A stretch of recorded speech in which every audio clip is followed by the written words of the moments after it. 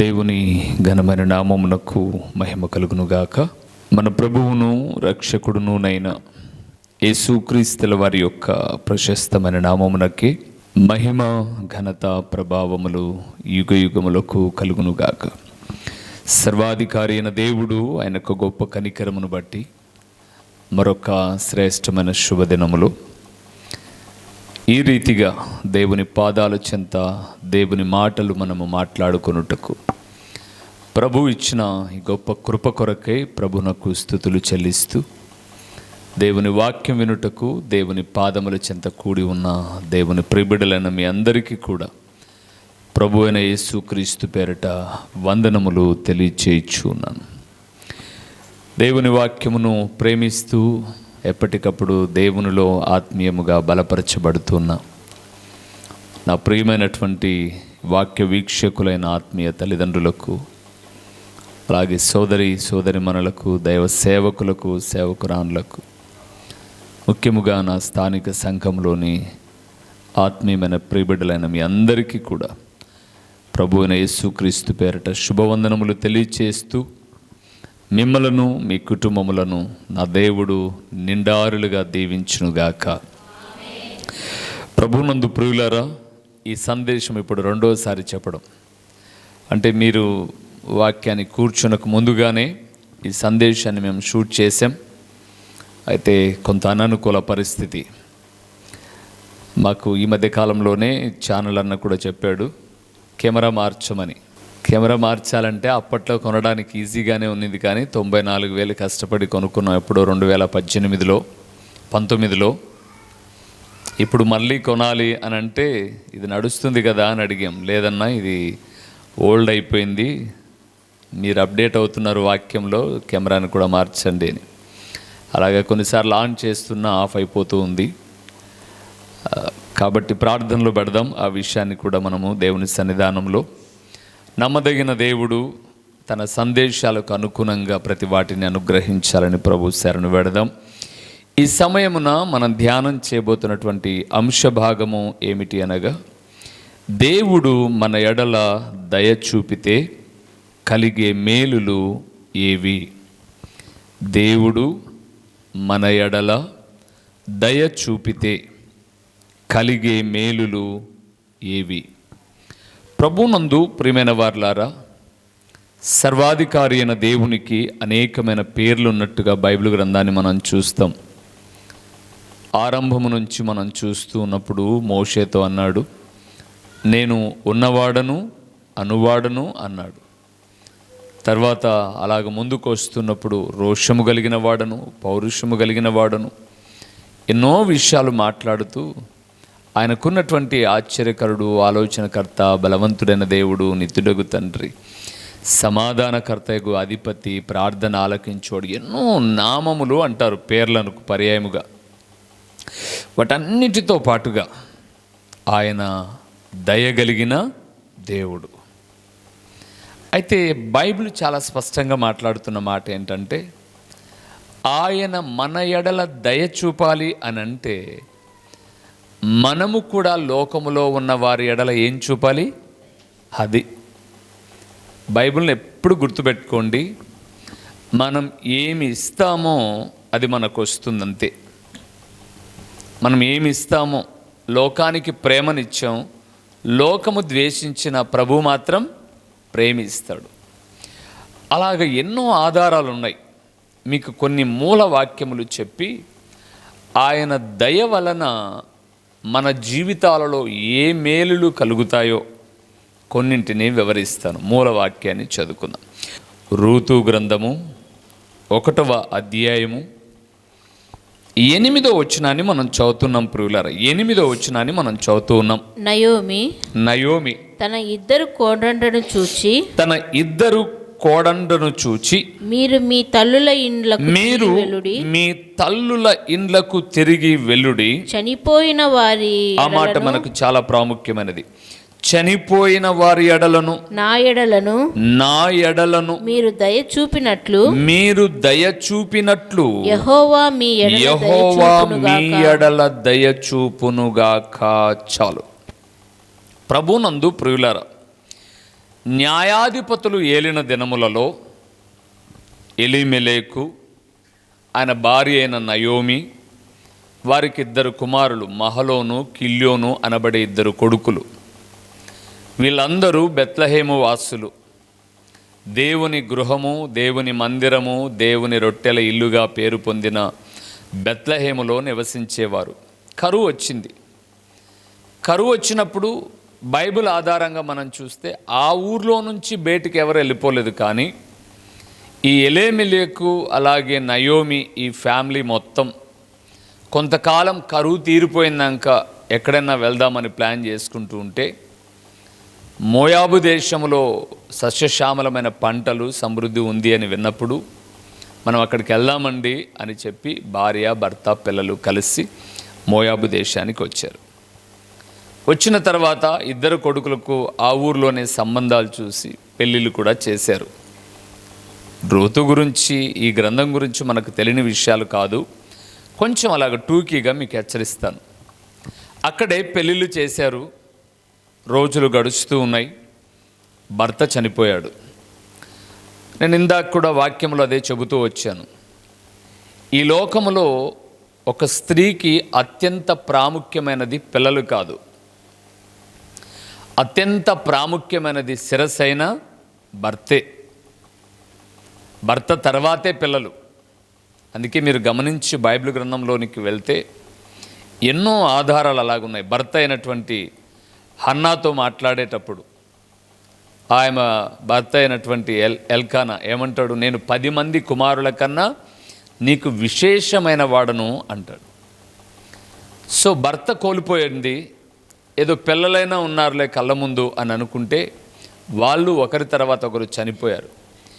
ఏమి జరిగిందో కారణం ఏంటో మనకు తెలియదు, కానీ చనిపోయారు. ఎలీమెలెకు అనబడేటటువంటి పేరుకు అర్థము దేవుడు నా రాజు అని అర్థం. ఈయన దేవుణ్ణి రాజుగా పెట్టుకోకుండా ఎలాగైతే నేను బ్రతుకుదాం అని అనుకొని ఎక్కడికి వచ్చేసాడు? ఈయన మోయాబు దేశానికి వచ్చాడు. 2 కొడుకులు ఉన్నారు, మహలోను, కిల్యోను అనే పేర్లు ఉన్నట్లుగా మొదటి వచనం 2వ వచనంలో మనం చూస్తాం.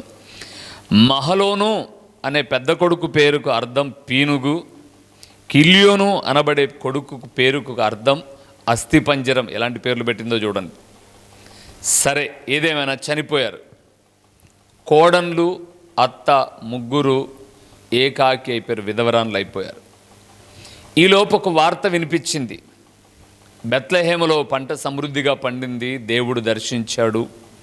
బెత్లెహేములో పంటలన్నీ ప్రారంభించి కోతకాలం అయిపోయింది అనగానే నయోమి మనస్సు, కోడళ్ళున్నా, చుట్టుపక్కల పలకరించే వాళ్ళున్నా, సొంత జనము మీద ఆశ పుట్టింది. వెళ్ళిపోదాం అని అనుకొని కోడలను 2 పిలిచి, అమ్మా మరలా నేను పెళ్లి చేసుకోవడానికి నాకు వయసు లేదు, పిల్లలకనే భాగ్యము లేదు. మీరు వయసులో ఉన్న బిడ్డలు కాబట్టి మీ తల్లులకి వెళ్ళిపోయి పెళ్లి చేసుకోండి అని అన్నది. సహజంగా మనము ఓర్పాను విలను చేసి రూతమును హైలైట్ చేస్తూ ఉంటాం. 2 కూడా మొదట ఏమన్నారంటే మేము వెళ్ళము అన్నారు. అప్పుడు నయోమి చెప్పింది, నేను మరలా పెళ్లి చేసుకొని పిల్లలను కని వాళ్ళని మీరు చేసుకునే అంత కాదు కదా, మీరు వెళ్ళిపోండి అమ్మా, మీ ఇంటికి వెళ్ళిపోండి.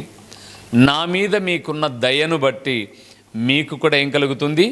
దేవుని దయ కలుగుతుంది అని చెబితే, ఓర్ప కొంతమంది పేర్లు మనం చూస్తాం కదండి, మంచి పేర్లు పెట్టుకుంటారు, పేరుకు తగిన జీవితం ఉండదు. పేరు ఓర్ప అనే కానీ ఏం లేదు, ఈమెకు ఓర్పు లేదు. బాయత్త అనింది, వెళ్ళిపోయింది.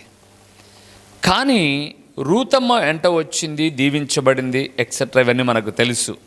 కానీ 8వ వచనాన్ని నేను ఎందుకు హైలైట్ చేయాలనుకున్నానంటే, అక్కడ అన్నాడు, నా ఎడల మీరు దయ చూపినట్లు యెహోవా మీ ఎడల దయ చూపునుగాక అనే పదము అత్తగారు మాట్లాడారు.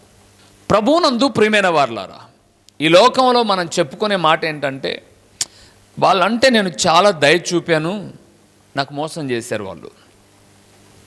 వాళ్ళ మీద నేను చాలా దయ చూపాను, సహాయం కూడా చేశాను, వాళ్ళు నాకు మోసం చేశారు. ఇలాంటి మాటలు అప్పుడప్పుడు మనము బాధకు గురి అయినప్పుడు మనకు వస్తూ ఉంటాయి. ఒక్క మాట నేను కూడా చెప్తాను, నా జీవితంలో కూడా చాలామంది మీద దయ చూపి నేను మోసపోయి బాధపడ్డ సందర్భాలు చాలా ఉన్నాయి. అలాగే చెప్పాల్సి వస్తే అది ఒక 2-3 ప్రసంగాల మాదిరి చెప్పచ్చు. నా ఉద్దేశం అది కాదు. మనుషులకు దయ చూపాను, వాళ్ళు నాకు మోసం చేశారు అని అంటే మనిషి నైజం మోసం చేయడమే, మనిషి నైజం ఏదో ఒక రీతిగా బాధ పెట్టడమే.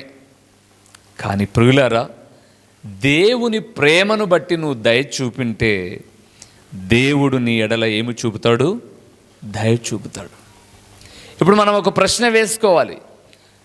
దేవుడు దయ చూపితే, మనుషులు చూపలేదన్నా వాళ్ళు బాగుపడ్డారు. ఇప్పుడు వాళ్ళకి మేము ఎంతో సహాయం చేసాం, వాళ్ళు బాగుపడ్డారు, కానీ వాళ్ళు దయ చూపలేదు. దేవుడు దయ చూపితే ఏం లాభం అని అంటారా? దేవుడు దయ చూపితేనే చాలా లాభాలు ఉన్నాయి. మనుషులు దయ చూపితే కొంతనే. యోసేపు చెరసాల్లో ఉన్నప్పుడు పానదాయకుల అధిపతికి కలను భావాన్ని చెప్పాడు. రాజు దగ్గరికి వెళ్ళగానే నన్ను జ్ఞాపకం చేసుకో, నా మీద దయ ఉంచు, నేను హెబ్రీయుడను, ఏం తప్పు చేయలే, ఇక్కడ వచ్చి అనవసరంగా ఉండిపోయాను, నా మీద దయ చూపి రాజుగారికి చెప్పు అన్నాడు. అప్పుడే రాజుగారికి ఈయన చెప్పింటే ఆయన పానదాయకుల అధిపతి అయితే ఈయన ఇంకొక సెక్యూరిటీ గార్డ్ ఏదో ఒకటి అయ్యేవాడు. కానీ వాడు మర్చిపోవాలి, దేవుని దయ చూపినప్పుడు ఆ దేశంలో ఉన్నత స్థితికి వెళ్ళిపోయాడు.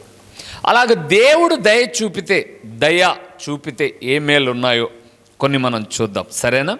మొదటి విషయానికి వద్దాం. కీర్తనల గ్రంథం 104వ కీర్తనల గ్రంథము 104వ కీర్తన 27వ వచనాన్ని మనం చదువుకుందాం. 27వ వచనం, 507వ పేజీలో 104వ కీర్తన 27వ వచనం. దయా తగిన కాలమున నీవు వారికి ఆహారం ఇచ్చెదవు, ఇవన్నీ నీ దయ కొరకు కనిపెట్టుకొనుచున్నవి చాలు. ఏవన్నీ?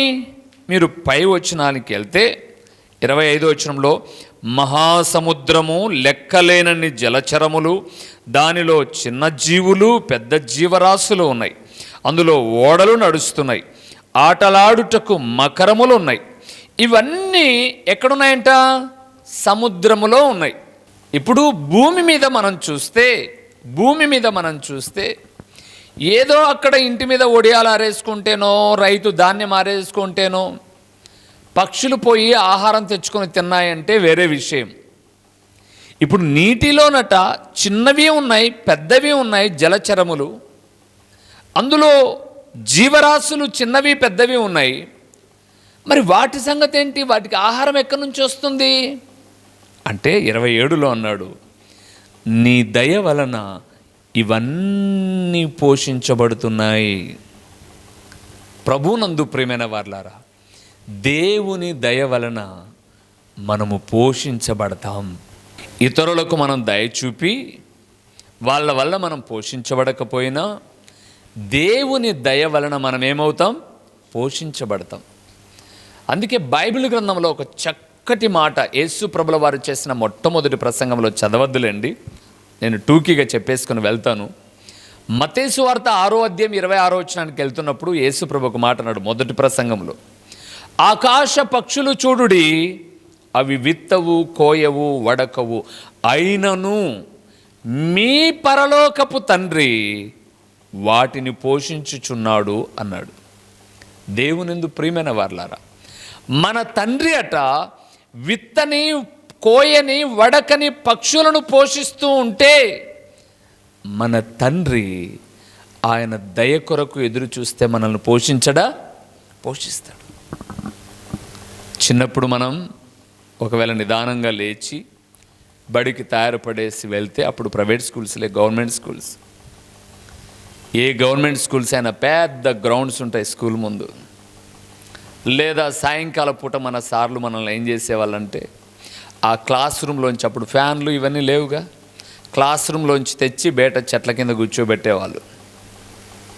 లాస్ట్ పీరియడ్ ఈ గుణితాలో లెక్కాలో ఏవో చెప్పించడం చేస్తూ ఉంటే ఉదయాన మనం లేవక ముందుగానే పక్షులన్నీ కూడా గూళ్ళని విడిచిపెట్టేసి వెళ్ళిపోయింటాయి ఆహారం కూర్చుకోవడానికి. అవన్నీ తినేసి మనం బడి ముగించుకొని ఇంటికి వచ్చేసరికి అవన్నీ గుంపులుగా వెళ్ళిపోతూ ఉంటాయి. పాట పాడుకున్నాం కదండి, కొంగ కొంగ రావే, ఏం వేయాలంట, అంత ఎర్రి పూలేసేయచ్చి మీ తలకే కాకపోతే. మొన్నటి దిన ఆయమది అంటది, కొంగలు పోతుంటే ఇట్లా అంటే కదా గోర్ల మీద వచ్చి కూర్చొని పోవు, గోర్ల మీదకి వచ్చి అంటే మన ఆలోచన విధానం అలాగ అనుకున్నాం మనం, అలాంటి సంతోషాన్ని అనుభవించాం. అందులో ఒక సత్యం ఏంటంటే ఇవన్నీ పోయి సమృద్ధిగా ఆహారం తిని మళ్ళా గోళ్ళకి వెళ్ళిపోతూ ఉన్నాయి. దానికి ఆహారం ఎవరి వల్ల వచ్చింది? దేవుని దయ వలన వచ్చింది. అలాంటప్పుడు మనం ఎవరి మీదైనా దయ చూపితే మన దేవుడు మనల్ని ఏం చేస్తాడట? తన దయ చేత పోషిస్తాడట ప్రియులారా. ఇప్పుడు మరలా మీరు రూతమ్మ దగ్గరికి వస్తే, రూతమ్మ అత్త ఎంట వచ్చింది. ఇంట్లో పాతెళ్ళు బూజంతా దులిపేసేసుకున్నారు. అత్త ఇంట్లో ఉంది, విధవరాలు. ప్రొద్దున్నే పనికి విధవరాలను ఎవరు పిలుస్తారు? ఎవరు పిలవలా. అందుకే ఏమనింది, ఎంతకాలం ఉండాలత్త, ఎక్కడైనా కోతలు జరుగుతుంటే నేను వెనక వెళ్ళి పరిగే ఏరుకుంటా అంటే, మన బంధువు ఒక ఆయన ఉన్నాడు, ఆయన దగ్గరికి వెళ్ళిపో, ఆ తోటలోకి వెళ్ళిపో, నువ్వు నా కోడలు అని తెలిస్తే ఏమన్నాడు, వాళ్ళు పని చేసుకుంటూ వెళ్ళిపోతారు, ఆ వెనకల మిగిలిపోయిన పరిగే ఏరుకో అని అంటే ఆ పరిగే ఏరుకోవడానికి వెళ్ళింది. బోయాజు వస్తాడు, పని వాళ్ళని దీవిస్తాడు, పని వాళ్ళు బోయాజుని దీవిస్తారు. అందరూ భోంచేస్తుంటే ఆమె ఎవరు ఏరుకుంటుంది పరిగా అని అంటే, ఆమె నయోమి కోడలయ్య అనగానే అప్పటికే ఆమె గురించి ఊరంతా మాట్లాడుకుంది. ఆమె దయతో తమ అత్తని విడిచిపెట్టక బిడ్డ మాదిరి వెనకమ్మడితో వచ్చేసింది అని వినగానే ఆయన అంటాడు, కుమారి వేరే పొలానికి ఎక్కడికి పోవద్దు, ఇక్కడే ఏరుకో. అక్కడున్న పనిచేసే వాళ్ళని, ఆ స్త్రీని ఎవరే కానీ అబ్జెక్షన్ చేయదు, ఇంకా మీరు కొన్ని పడేయండి గింజలు. ఆమె తన అత్త ఎడల దయ చూపింది. దేవుని దయ వలన ఆమె సమృద్ధిగా, అందుకే మీరు చూస్తే ప్రియులారా, ఆమె ఎంతగానో పోషించబడింది. దేవుని ప్రియబిడ్డలారా, దేవుని ప్రేమను పట్టి మనము దయ చూపితే దేవుని దయ వలన మనమేమవుతాం? పోషించబడతాం.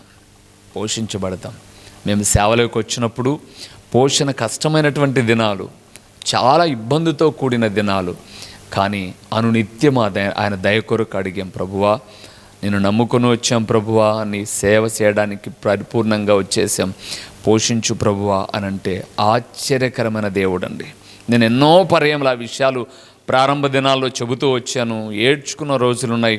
చాలా సందర్భాల్లో మాకు పిల్లలు కలిగిన తొలి దినాల్లో మా ఇంటి ముందు ఐస్ వచ్చినా, లేదా మేము బజార్కి వెళ్ళిపోయినా, ఏదైనా ఆ బజార్లో ఒక అరటిపండు చూస్తేనో, లేకపోతే ఆ బేకరీ ముందు వెళ్తున్నప్పుడు ఒక స్వీట్ కొనుక్కునేటటువంటి స్తోమత మాకు లేదు, నిజంగా లేదు. డబ్బులు లేవు, పూర్తిగా సేవకు వచ్చేసాం. పెద్ద సంఘాల మధ్య ఒక ప్రారంభ దినాలు ఎవరు పిలుస్తారు? అయితే గొప్ప దేవుడు ఏంటో తెలుసా, అవి కొనుక్కోవాల్సి వచ్చినప్పుడు అవి బాగుండవులేని ఈగల వాళ్ళు ఏదో సాకు చెప్పి ఇంటికి వచ్చేవాళ్ళం. అయితే 24 గంటలు గడిచేవి కాదండి. ఎవరో ఒకరు మమ్మల్ని తెలియదు, ఎవరో ఒకరు ప్రేరుకు పిలవడమో, లేకపోతే ఎవరో ఒకరు మా దగ్గరికి రావడమో, ఏదైతే దారిలో మా పిల్లలు చూసి మేము కొనలేకపోయామో, దయగలిగిన దేవుడు అదే మా ఇంటికి 24 గంటలు గడవక తలకని ఎవరో ఒకరు ఇచ్చి దానితో మేము సంతృప్తి పొందేవాళ్ళం. దేవుని దయ ఉంటే దేవుడు ఏం చేస్తాడు? పోషిస్తాడు. రెండవది, ఆయన దయ వలన ఏం జరుగుతుందో చూద్దామా? ఎజ్రా గ్రంథం 9వ అధ్యాయము 8వ వచనాన్ని చూద్దాం. ఎజ్రా గ్రంథం 9వ అధ్యాయము 8వ వచనాన్ని మనం చూస్తూ ఉన్నాం. అయితే ఇప్పుడు మా దేవుడు మా నేత్రములకు వెలుగిచ్చి మా దాస్యములో మమ్మను కొంచెము తెప్పరిల్ల చేయనట్లుగాను, మాలో ఒక శేషము ఉండనిచ్చినట్లుగాను, తన పరిశుద్ధ స్థలమందు మమ్మల్ని స్థిరపరచునట్లుగాను మా దేవుడైన యెహోవా కొంత మట్టుకు మా ఎడల దయ చూపి ఉన్నాడు. ఎజ్రా అంటున్నాడండి, దేవుని దయ వలన మన జీవితాలు వెలిగించబడతాయి ప్రియులారా. దేవుని దయ వలన ఏమైతే మన జీవితాలు వెలిగించబడతాయి. నిజమేనండి. ఒకప్పుడు మనందరి జీవితాలు చీకటిమయమైన జీవితాలు. అంటే ఇంట్లో బల్బులు లేవని, లాంతర్లు లేవని ఇది కాదు ఉద్దేశం. ఒకప్పుడు మనందరి జీవితాలు అంధకార సంబంధమైన పాపములో ఉన్నాయి. కానీ ఎప్పుడైతే ఆ దయగలిగిన దేవుడు మనలను దర్శించాడో మన జీవితాలు ఏమయ్యాయి? మొదటి లైన్లో రాయబడి ఉంది, మా నేత్రములకు వెలుగిచ్చి మా దాస్యము, పాపం అనే దాస్యములో నుంచి మనల్ని ఏం చేశాడు? విడిపించాడు. ప్రియులారా, నయోమి వెంట వచ్చిన రూతమ్మ మోయాబు దేశములో, మోయాబు అనగానే శపితమైనది, పాపపూరితమైనటువంటిది. మోయాబు ఎవరి సంతానమో మనకు తెలుసు. తండ్రి కూతుర్లు వారి యొక్క పాప యుక్తిని బట్టి పుట్టిన సంతానం మోయాబు. అలాంటి పాప సంతానములో నుంచి పునీతురాలైపోయింది రూతమ్మ. వెలుగొచ్చింది ఆమె జీవితానికి. మీరు చూస్తే రూతు గ్రంథాన్ని చదివితే చివరికి వచ్చేసరికి రూతు బోయాజు గర్భవాసమున యెషయి తండ్రి అయిన ఒబేదు వచ్చాడు. తర్వాత యెషయి వచ్చాడు. యెషయి కడుపున దావీదు వచ్చాడు. దావీదు గోత్రమున వంశమున మన ప్రభు అయిన యేసుక్రీస్తు వచ్చాడు. అంటే మీరు గమనించండి, దేవుని దయ పొందుకున్న రూతమ్మ, దేవుని దయ పొందుకున్న మనము, మన జీవితాలు వెలిగించబడ్డాయి. చీకటిలో నుంచి ఆశ్చర్యకరమైన తన వెలుగులోనికి వచ్చాం మనం. ఈరోజు మన జీవితాలలో ప్రభు ఉండుట ద్వారా నిత్య వెలుగును మనం పొందుకుంటున్నాం. క్రిస్మస్ టైంలో అందరూ స్టార్స్ పెడతారు, సీరియల్ లైట్స్ వేస్తారు. క్రిస్మస్ అయిపోగానే లేదా జనవరి 1 అయిపోగానే ఆ స్టార్లు అన్నీ కిందికి వస్తాయి. కానీ నిరంతరము వెలిగే స్టార్ ఎవరు? మనమే. మన జీవితాలే వెలిగించాడు ఆయన. ఈ అప్పుడప్పుడు పైన కనపడి కిందకు వచ్చేవి కాదు, ఇవి ఎప్పుడు వెలిగే జీవితాలు. అందుకే దేవుని దయ వలన పోషించబడతాం మనం. దేవుని దయ వలన మన జీవితాలు వెలిగించబడతాయి. మూడవది ఒక్క మాట చెప్పి నేను ముగిస్తాను. కీర్తనల గ్రంథం 89వ కీర్తన 17వ వచనాన్ని చూద్దాం. కీర్తనల గ్రంథము 89వ కీర్తన 17వ వచనాన్ని ఒక్కసారి మనం చూద్దాం ప్రియులరా. వారి బలమునకు అతిశయాస్పదము నీవే, నీ దయచేతనే. బాబా మాట చూడండి ఎంత బాగుంది. నీ దయచేతనే మా కొమ్ము హెచ్చింపబడుచున్నది. చాలు ప్రియులారా. మూడవదండి, దేవుని దయ వలన మనము హెచ్చింపబడతాం. కొమ్ము అంటే అది పేరుకు సాదృశ్యంగా, మన జీవితానికి సాదృశ్యంగా. అక్కడ అన్నాడు, నీ దయ చేత మా కొమ్ము హెచ్చింపబడుచున్నది. దేవుని బిడలారా, ఇక్కడున్న అనేక మంది బిడలలో, ఈ వాక్యమినే అనేక మంది బిడలలో అధిక శాతం, తక్కువ కాదు, అధిక శాతం ఎలాగున్నారో తెలుసా? వారి కుటుంబాల మధ్య, వారి రక్త సంబంధికుల మధ్య, వారి బంధువుల మధ్య ఒక గౌరవప్రదమైన హెచ్చింపు జీవితాన్ని అనుభవిస్తూ ఉన్నారు. అవునండి, వాళ్ళ కుటుంబాలు 4, 5, 10, 15 ఉంటూ ఆ 15 మందిలో ఒక గౌరవప్రదమైన జీవితం లేదా ఒక హెచ్చింపుతో కూడిన జీవితం. ఎలాగొచ్చింది ఇది? దేవుని దయ వలన మనకు దొరికింది ప్రియులారా. దేవుని దయ వలన మనకు దొరికింది. నేను అనుకుంటాను, దేవుని వాక్యాన్ని ధ్యానం చేస్తున్నప్పుడు దేవుని దయ వలన ఎంత గౌరవాలు దొరుకుతున్నాయండి మనకు. మనం వెళ్తున్న స్థలాలలో, మన బంధువుల మధ్య, రక్త సంబంధికుల మధ్య మనకు కలిగే హెచ్చింపు చూడండి. కొన్నిసార్లు మీరు అనొచ్చు, మేము హెచ్చించబడినప్పుడు మా బంధువులు మాకు దూరం అయ్యారని. అఫ్కోర్స్ వాళ్ళు అసూయ చేత దూరం అయ్యారు. ఆ అసూయకు కారణం మీరు వారికన్నా ఏమై ఉన్నారు? హెచ్చించబడి ఉన్నారన్న సంగతి మర్చిపోమాకండి. ఊరికే ఎందుకు అసూయ పడతారు? ఎవరైనా మన మీద అసూయ పడాలంటే వాళ్ళకన్నా మనం బాగుంటే అసూయ పడతారు, కానీ వాళ్ళకన్నా మనం తక్కువ ఉంటే ఏం అసూయ పడతారు మన మీద? ఏం పనిలేదు వెళ్తా అనుకోనిందురు. వాళ్ళకన్నా మనం బాగున్నాం. దావీదు మీద ఎందుకు అన్నలకు అసూయ? దావీదు బాగున్నాడు. యుద్ధానికి వచ్చి సమాచారం అడుగుతున్నాడు, ఏంటి ఇక్కడ జరిగేది అని. రే నువ్వు ఎందుకు వచ్చినారు ఇక్కడికి? నువ్వు యుద్ధం చూడడానికి పో అని అంటారు. యోసేపు మీద అసూయ ఎందుకు? యోసేపు బాగున్నాడు, మంచి ప్రవర్తన, చక్కటి జీవితం. దేవుని ప్రియబిడ్డలారా, యేసు ప్రభుల వారి మీద ఈ లోకానికి ఎందుకు అసూయం? ఆయన జీవితం చాలా గొప్పది. దేవుని బిడ్డలమైన మన మీద ఎందుకు అసూయ? వాళ్ళకన్నా మనము చక్కగా బ్రతుకుతున్నాం. రూతమ్మ జీవితాన్ని మనం చూస్తున్నప్పుడు ఆమె అందుకే చూడండి, ఓర్పా గురించి చరిత్రలో ఎక్కడ చూడడం, ఆ ఫస్ట్ అధ్యాయంలో ఆ 10-15 వచనాల వరకే ఆమె పేరు వినపడుతుంది. తర్వాత ఆమెను గూర్చిన వివరణ ఎక్కడా లేదు. కానీ రూతమ్మ చరిత్ర తరతరాలు గుర్తుంచుకునేలా, ఆ సంతానములో నుంచి ఒక అన్యురాలండి తను, ఎంత గౌరవప్రదమైన జీవితం వచ్చింది. కారణం దయ కలిగిన జీవితం. కొన్నిసార్లు మనం దయ చూపుతూ ఉంటే మనకు తిరస్కారాలే వస్తాయి. కొన్నిసార్లు మనం దయ చూపుతూ ఉంటే మనకు నిందలే వస్తాయి. అఫ్ కోర్స్, మరలా చెప్తున్నాను అని అర్థం, మరలా చెప్తున్నాను, మనుషులు మనము చూపిన దయకు ప్రతిగా దయ చూపకపోయినా మన ఎడల దయ చూపేటటువంటి సర్వాధికారి అయిన దేవుడున్నాడు. ఆయన నిన్ను పోషించి వెలుగిచ్చి గౌరవప్రదమైన జీవితాన్ని ఆయన ఇస్తాడు. ఆయన ఇచ్చినప్పుడు నీ దగ్గర మేలు పొందుకొని దూరం అయిపోయిన వ్యక్తులందరూ నీ పాదాల చెంత సాగిలపడతారు. అందుకొరకే దేవుని ప్రియబిడలమైనటువంటి మనము లోకములో జీవిస్తున్నప్పుడు కొంతైనా దయ కలిగిన హృదయాన్ని కలిగి జీవించుట క్షేమం. తలలు ఉంచుదామా, కళ్ళు మూసి ప్రార్థన చేద్దాం. దేవా, అలాంటి మనస్సును నాకు ఇవ్వండి.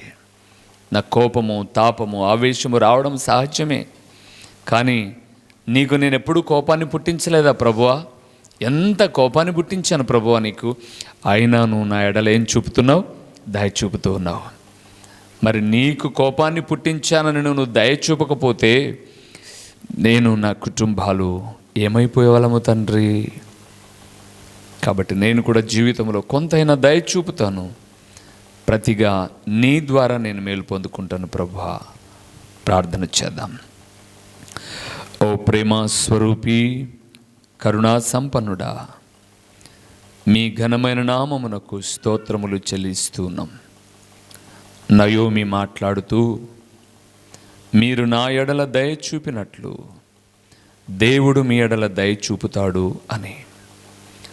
దేవుడు దయ చూపాడు కాబట్టి రూతమ్మ తను పోషించబడింది, తన అత్తను పోషించుకుంది. ఆమె జీవితం వెలిగించబడింది.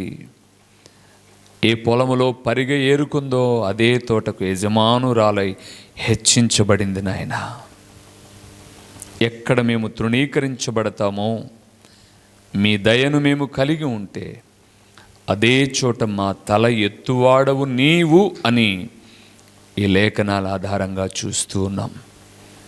తండ్రి, మా ప్రియబిడ్డలందరి జీవితాలలో దయా, జాలి కంఠాభూషణముగా ధరించుకోవడానికి సహాయము చేయండి. ప్రకటించబడిన పరలోకపు సంగతులు వ్యర్థముగా పోకుండా ఓ తండ్రి, సారవంతమైన నేలను పడిన విత్తనమోలే 30 దంతలుగా, 60 దంతలుగా, 100 అంతలుగా ఫలింపచేసి మీ ఘననామమునకు మహిమ, ఘనత, ప్రభావములు మీరు కలుగు చేసుకునమని ఎంతైనా నమ్మదగిన దేవుడవైన మీకు స్తుతులు చెల్లించుకుంటూ యేసు నామములో అడిగి పొందియున్నాము తండ్రి. ఆమేన్. మా చిరునామా దైవజనులు బ్రదర్ ఓ రూబేన్ గారు, క్రీస్తు ప్రార్థనా మందిరం, డోర్ నెంబర్ 1-10-386, నగరిగుట్ట, పులివెందుల, కడప జిల్లా. మీ ప్రార్థనా అవసరాల కొరకై సెల్ నంబర్ 9989067409.